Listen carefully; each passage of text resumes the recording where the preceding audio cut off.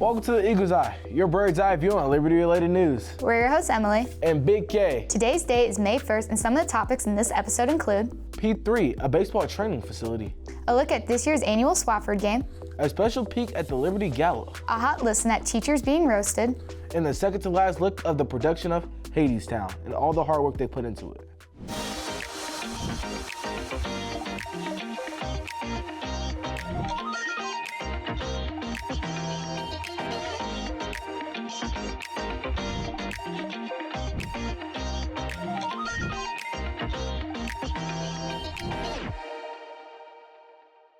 Happy end of April, Eagles.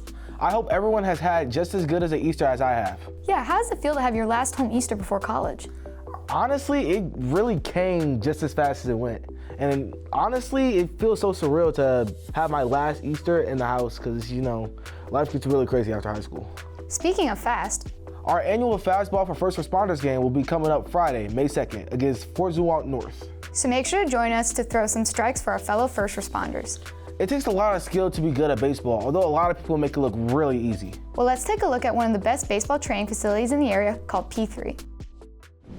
Bigger, faster, stronger. These are all attributes that you can gain while training a premier pitching performance.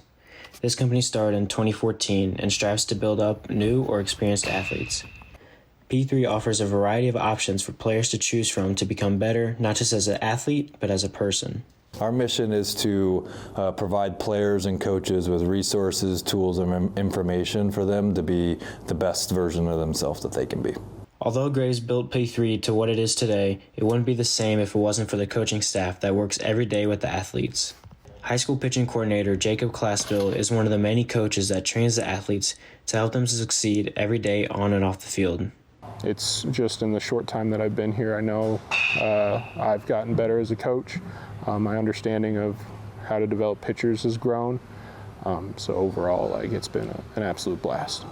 Thanks to Classbill and coaches like him, incoming high school athletes can succeed at a higher level. Jack Tonsing is an example of one of those athletes. Tonsing has been going to P3 for 4 years and has gained lots of attributes that he can take out on the field to keep working on his game. A lot better from when I started. I feel more prepared when I'm on the mound and confident. While P3 is mainly focused on getting the younger kids ready for high school and college ball, they also pay attention to the college kids and even kids out of college that are getting ready to try and make it to the big leagues. Some of whom have taken jobs at P3 while they train to not only help themselves, but help the brand. So right now I'm getting my training in, but I am helping out Brett a lot with the social media side of things. So a lot of people see me around here every other week shooting content with my camera, just helping promote the brand, getting action shots of guys throwing in here, doing their lifting, stuff like that. Premier Pitching and Performance is a growing brand that continues to help all athletes from elementary school all the way up to the big leagues train like champions. Wow, there's so many ways to get better at that facility. I'm sure it's great to be a good athlete, but we should also acknowledge people who are great in their own way. Here at Liberty, we are hosting our second annual Liberty Legends ceremony. Liberty Legends is when each teacher nominates a student who has shown exceptional achievements in our school. These students are this year's teachers' picks to represent Liberty as a whole this year. And Kay, correct me if I'm wrong, but you won Liberty Legends last year. Yes, I was, and I was beyond blessed to be a part of something at this school that was bigger than just myself. And honestly, I'm thankful that my teachers had the kind of confidence in me and the faith in me to be a representative for the school. Well, not the same can be said for other students as they voiced their opinions on some of the teachers here at Liberty right before the annual Swafford game. These funny jokes between teachers and students had us pumped, but it was all love and respect at the end of the day, of course. Let's see what some students here at Liberty really think about their teachers.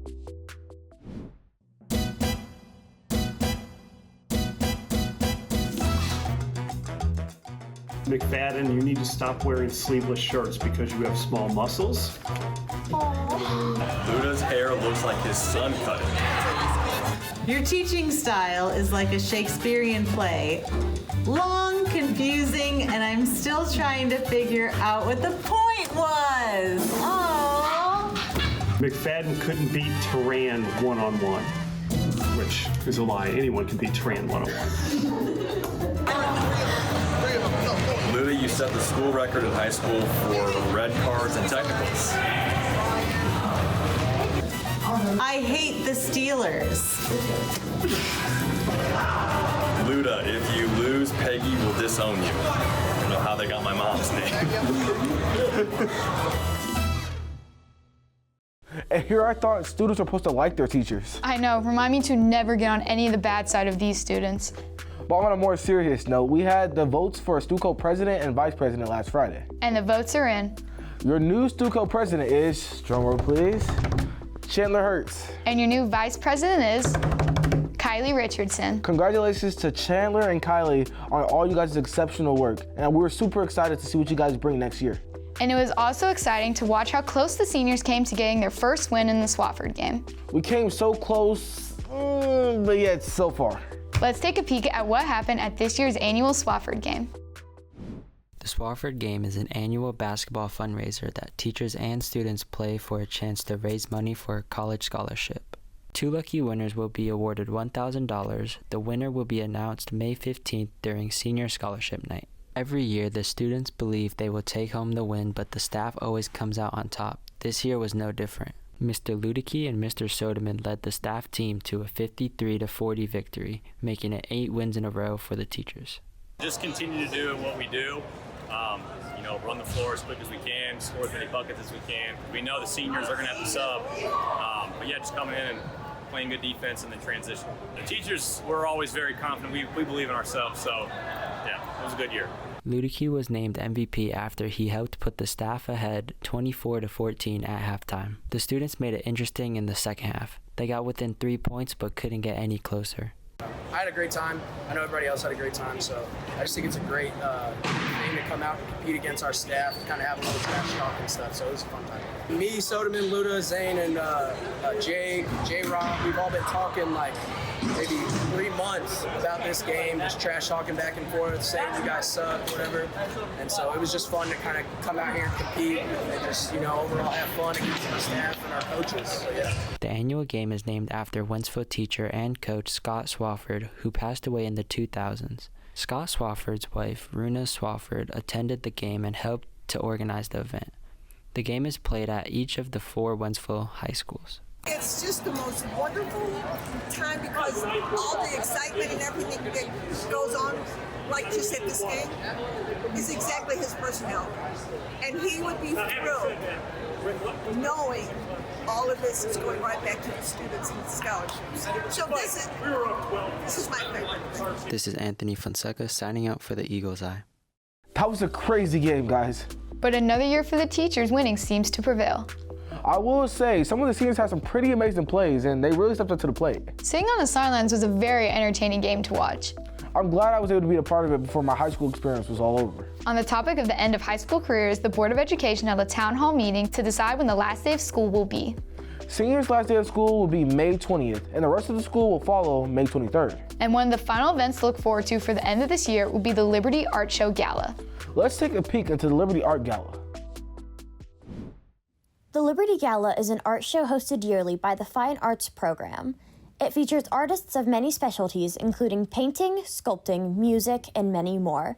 Students spend hours preparing for the opportunity to show off their hard work and skill to everyone attending. It's one of those times that we as a group can actually be collaborative in what we're doing. We're all very different people, and even though we teach different, the same subjects in some hands, we're very different people, and we do have the one thing in common is that we like to share and we like to work together. We don't have a lot of those opportunities being divided up and having a lot of, I have a group of students, they have a group of students. So it's a way that we can come together and work. And then as far as, theater, music, we're all in the same wheelhouse to where, we are in a way creating and displaying that talent. And it's just what I enjoy about it, and I'm sure the others do as well, is that we get to come together and show our likeness and not our differences. This year's theme is Bloom, with the central idea being around nature and the coming of spring. One of the big exhibits are the umbrellas. 100 umbrellas are being decorated for the gala by students who are able to incorporate many different artistic mediums. On the day of the gala, all 100 umbrellas will get hung upside down in the 600 hallway, being a nod to the common saying, April showers bring May flowers. My teacher, Miss Middendorf, she was like, hey, I think that you should do this. And I'm like, why? And she's like, well, your artwork is stunning. I've had you for like 3-4 years, your whole high school life. Please do it. And I was like, okay. I was really skeptical at first because it was really big. It was probably the biggest project I've ever taken on. And so I was like, okay, fire, let me do it. And I just popped off, honestly. The Liberty Gala provides the opportunity to many student artists to show off their work in a way they wouldn't be able to before, and is a great way to see all the artistic skill Liberty has. You can attend on Wednesday, April 30th, 5:30 to 7:30 p.m. in the Liberty Theater at no cost. This is Kay Cooper with the Eagle's Eye, signing off.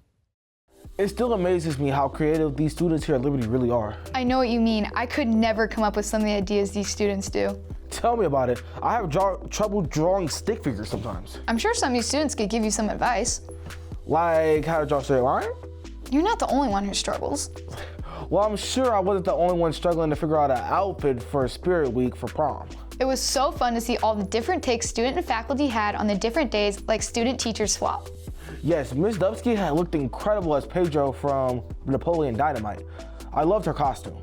In addition to costumes, Hadestown performed April 24th through April 26th, and it was amazing to see all the hard work that went into this play. Let's take a look into the production of Hadestown and how much hard work they actually put into it. As opening night for Hadestown grows nearer, cast and crew get ready for the show's big opening night. Mac Barnes, who plays Eurydice, reflects on the show so far, while also looking forward to the show's Liberty debut. I've definitely found my confidence. I feel like Eurydice is such a mentally challenging character because she goes through so much in this show, and it's really easy to just kind of play it off as suffering the entire time, but it's not. And as an actor, we hate watching. We love to act like we're suffering on stage, but the audience finds it incredibly boring. So it's really hard to kind of find that fine line to where showing her journey, but also doing something original. Sebastian Tabers, who plays Hades himself, has worked hard throughout the show to really make the show's namesake character his own. Honestly, it was a lot of just research online, talking to people, see what they wanted to what they perceived Hades as. It was a lot of hearing the songs from different people.